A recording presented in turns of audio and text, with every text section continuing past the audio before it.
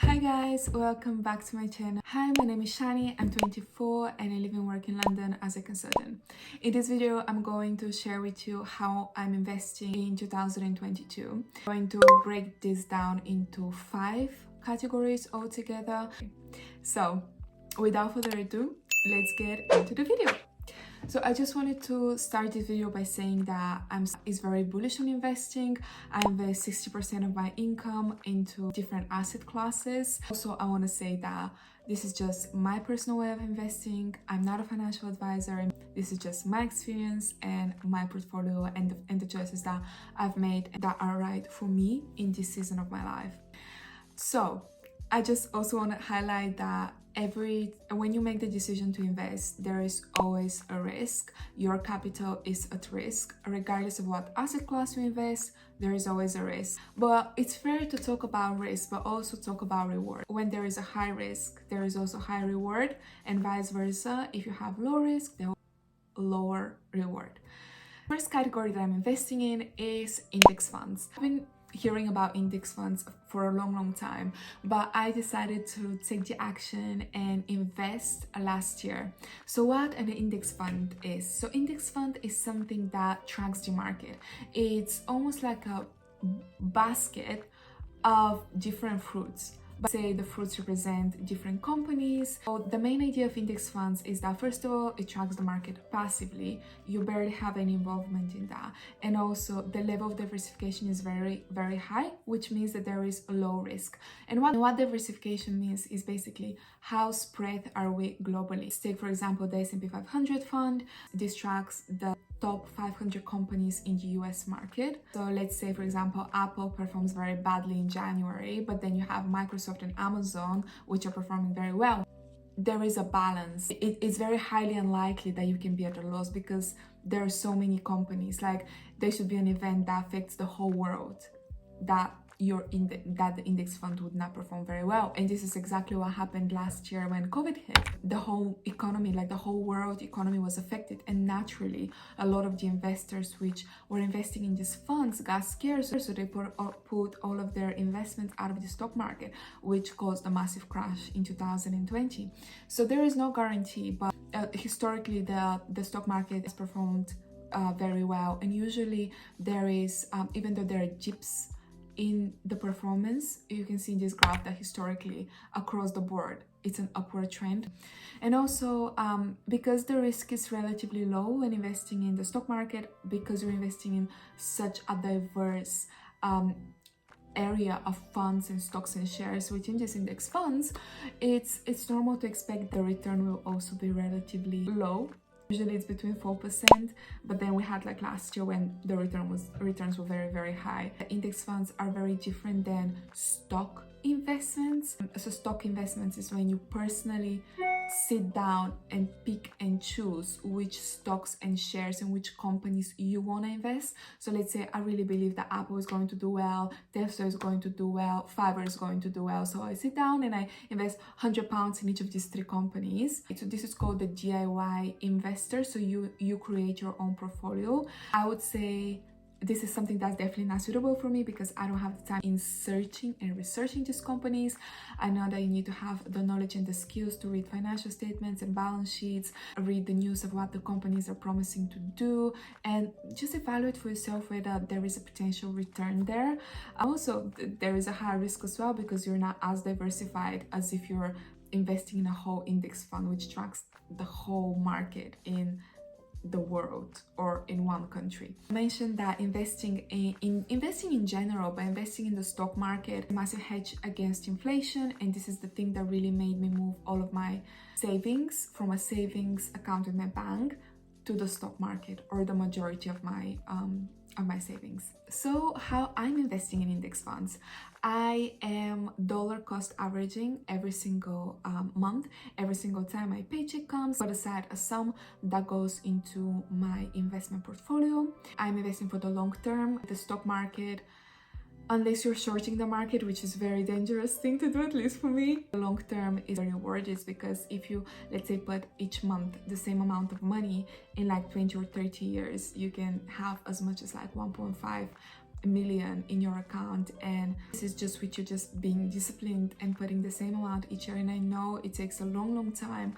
but it's, for me, it's worth it because it's less time consuming, it's a safe place, a relatively safe place, it's a hedge against inflation. And you don't have to have a lot of money to do it. You can have however much money you have, you can put them in the stock market, and just, in my opinion, it's better than keeping them in a savings account unless you know that you need them very soon.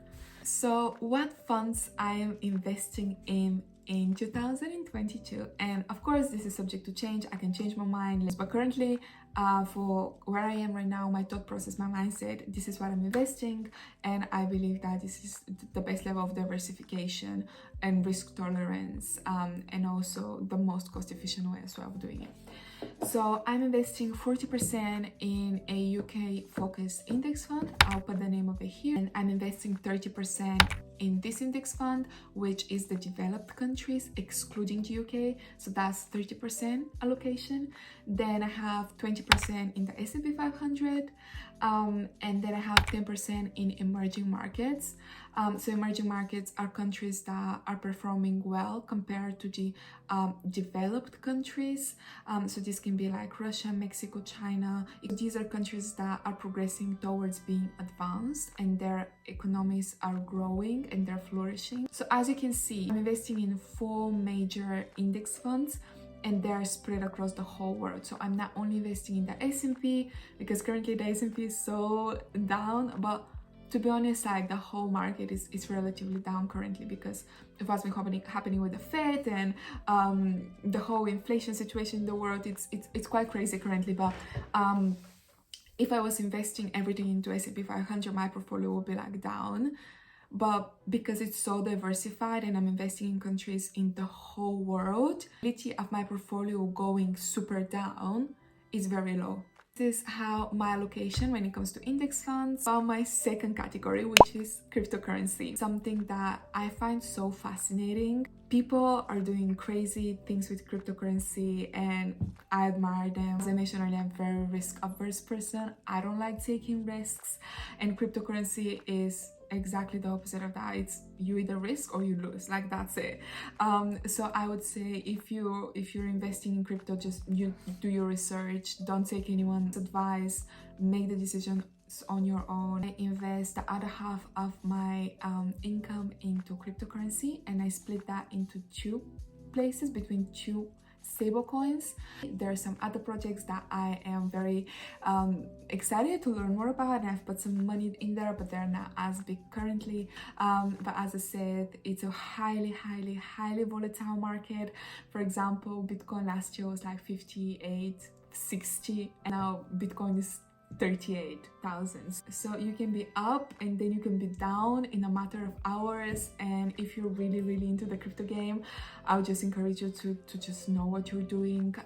But for this year, I want to start investing more into crypto and into more new projects and finding what's out there and continuing to educate myself on that. I am using eToro and Binance to invest in crypto. I have linked both down below in my description box, so you can use my link to sign up.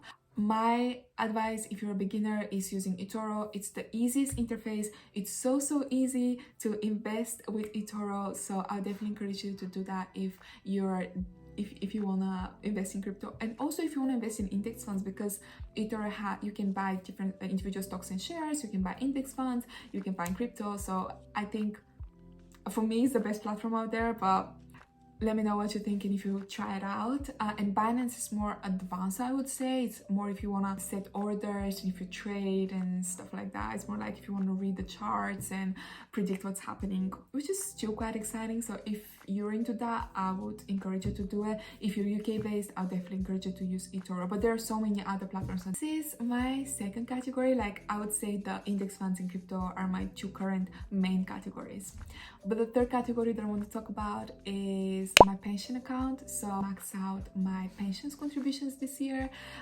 So my pension account is with my employer, so I can max it out up to a certain percentage. Part is that my employer is able to match what I'm contributing. So for example, if I contribute £100, they will contribute 100 as well. So they match exactly the amount of the money that I am putting in. So it's almost as if it's free money, but for your future, which may be one of the best decisions that you can make in your 20s. So I definitely want to try to max this out. Fourth category is an emergency fund.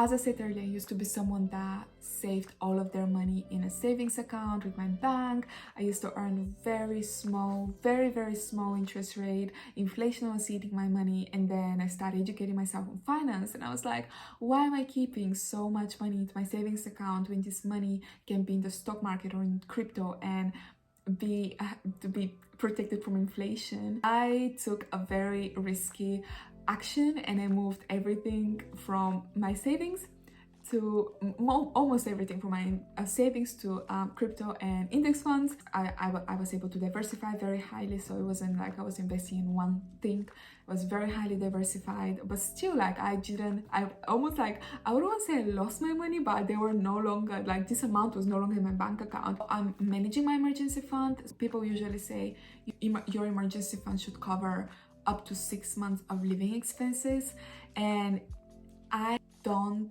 totally agree with that. And I know that this is not a very popular opinion, but I don't want my money just sitting there not doing anything. Like, let's say I have £6,000 in my emergency fund, and also emergency fund is something that you keep for a rainy day. So for example, say you get ill, your car breaks, you lose your job, you need an income. This is where you're going to take this money from. However, I don't see that much value in that, because I don't want to keep £6,000 approximately in my savings account when this money can be in the stock market, where they can be generated and they can grow interest. So I don't keep that much into my emergency fund, but the strategy that I'm having now is that after I allocate to my main investment choices, the remainder of my emergency account. But this is not something that I'm currently prioritizing, but it's definitely another bucket that my money is flowing into. And my fifth category is real estate. So this is another asset class. I've heard people talk about real estate for the longest time, and I never actually spent the time to delve deep, because I always thought that this was something that you need a lot of capital to enter this asset class. I started educating myself on that. I started reading a lot of books, listening to a lot of podcasts, and it's something that I'm very excited about. It's something that I'm very passionate about as well. I don't know in what capacity and in what level I'll be able to invest in this asset class, but there are so many different opportunities out there. More that I'm looking into is a passive real estate investments. It's definitely something that I want to learn more about and educate myself until I make the decision to whether invest or not. But yeah, so this is my investment plan for 2022. This is what I've been investing so far in, and this is the areas that I'm looking to develop and invest more in the upcoming months. And it's all quite exciting. I am obsessed with investment. I am so fascinated by it. So yeah, if this video was helpful to you, please let me know, and let me know if you decide to invest, which approach would you go for and what would you invest in. And yeah, thank you so much for watching this video. I hope that this video was helpful for you, and I'll see you in my next one. Bye.